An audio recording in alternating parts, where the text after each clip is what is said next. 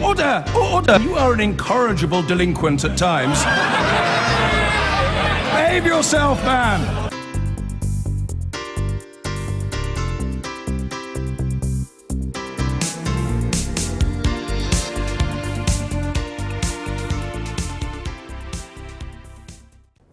Now, it started in Florida with the death of an unarmed black teenager. 17-year-old Trayvon Martin fatally shot as he walked from a store. The man who shot him was acquitted, sparking protests and unrest across America. And then a movement, Black Lives Matter, standing up against violence, racism and injustice. Tonight, some of the African-American mothers who've lost their children to police shootings and alleged racial violence are speaking at the Oxford Union. And Fatima Manji is with them there. Fatima.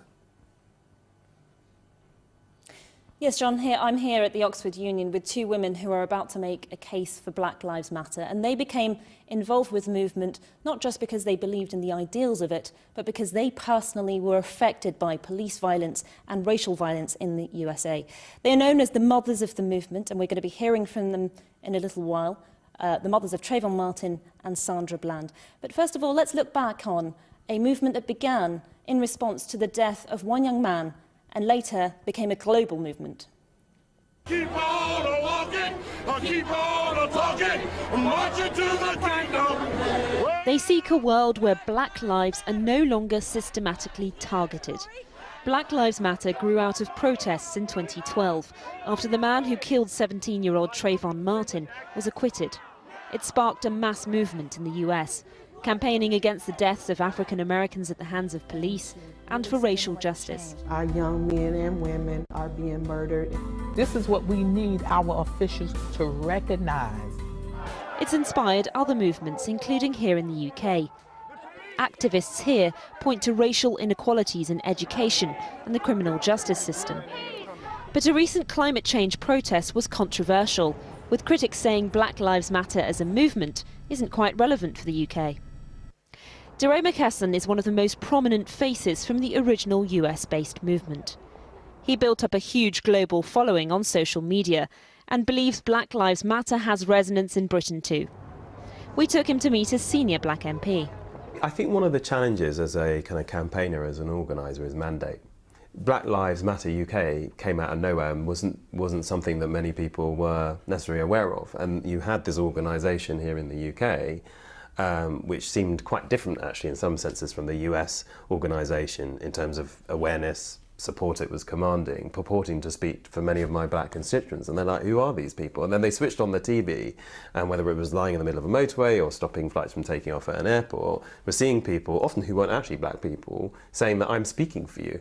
How do you feel about that, Deray? I think the movement is young, and I think that there's so many people finding their voice and learning how to organize in a new way in this moment. And I think about when we were in the streets in Ferguson in the very beginning, right? There was a core of a lot of people, but there were so many people who told us to go home, that like we weren't doing it right, that this wasn't how we were supposed to fight for justice, like we should follow the rules, and we stayed, right? And like, lo and behold, 2 years later, it's a national conversation about race.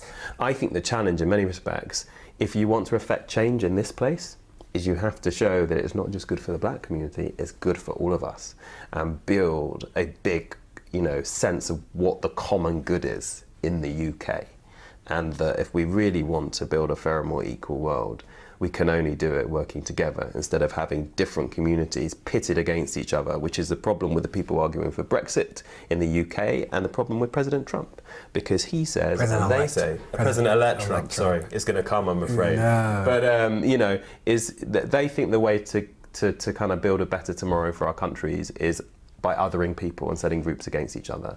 And that's going to get you nowhere. My only push is that we don't have to sacrifice focusing on the specific ways that people of color have been marginalized in an effort to have unity, right? That like white people have been the center of everything for so long. That like we can focus on issues about black people or about Muslim women, or like we can focus on these specific issues as a way to actually push for inequity that we've not seen before. Yeah. And I don't think it's an either or. I think you can do both. I think that's the point.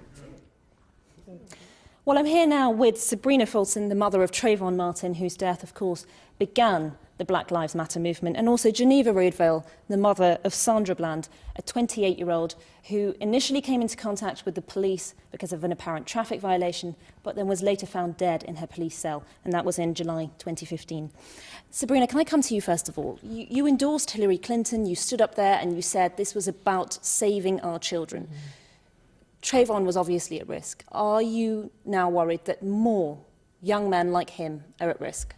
Yes, I absolutely think so. We have a lot of young people in their own communities, they don't feel safe. And so this just intensifies what they already felt.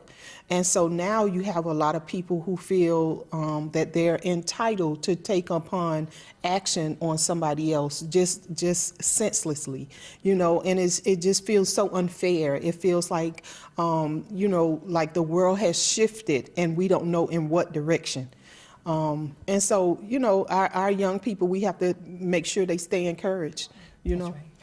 And Geneva, you were saying that you very personally felt that loss that night. Just tell me a little about that. Absolutely. When you're with someone for any period of time, and you've seen that person, and you've seen them put in the work, and you've seen how hard they work, and you've seen how hard they have championed for the people, you are with that person because your beliefs are the same.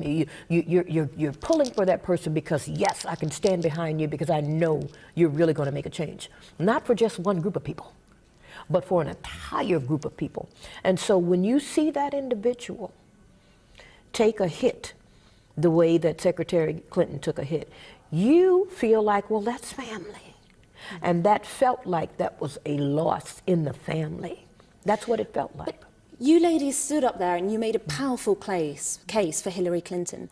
Why didn't enough African Americans come out to vote for her? That's not true. We believe the African Americans came out.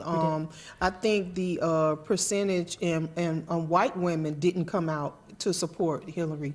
A lot of white men and a lot of men in general did not vote on her because they just don't have enough faith in women that women can do the job. And she absolutely can do the job. She was the most qualified for the job and the most experienced for the job. She's a very strong person. You know, a lot of people try to look at women and think we're weak. It's nothing weak about us. You know? Do you feel betrayed then by the white women who voted for Trump? I don't. That's their choice. That's their choice. And we all make good decisions sometimes, but also we make bad decisions sometimes. And so I just think they really didn't understand the importance of having somebody with experience. And I think that the people who didn't get out and vote, those people right now are kicking themselves saying, I should have voted, maybe my one vote made a difference. And so those are the people that I'm really upset with, the people that did not vote at all. Geneva, can I ask you about Trump appointees? We're talking about Jeff Sessions as Attorney General. How do you feel about that? This is a man who made jokes about liking the KKK until he found that they did weed or something along those lines. I feel like God is going to take care of it. That's all I can say. What does that mean? That means there is one supreme ruler, and he does not sit in the White House, and he does not sit in any other house that's on this land. My God is going to handle whatever the future holds. We don't know what that is. So I cannot say anything about an appointee. I cannot say anything about Mr. Trump because someone believed in him enough to put him in office. So now we will see what the outcome of that office appointment is. I cannot speak negatively about it. There was a lot of talk about this being a white lash, the idea that black people had organised, women had organised, and as a result, some white people didn't like that and they saw Trump as saving them from that. Do you believe that's what happened? That's not what I believe. I don't believe that. I believe that what happened was you had a group of people who rose up and said, I'm going to utilize my right to vote, period. Why do we always have to say white and black? Why do we always have to attribute something to being black or being white? How about maybe it was just a group of people who were looking for a change? How about it was just a group of people who said, well, I think this is important enough to go and do this. You should not have to be chastised for who you voted for, okay? Because that's a right that you have. And so I don't get into all of the little details of what people are speculating on. What I do know is that there is one person that will govern this world over in the States. That individual has been chosen. And so instead of me what-ifing myself to death, saying, what if this happens or what if that happens? I will sit back and watch it all unfold. And we'll deal with what happens when it happens. Well, we will all be sitting back and watching it unfold. Thank you very much to both of you. It's a real honour to have you on the programme. Absolutely. Thank you. Back to the studio. Fatima. I've been getting away with it all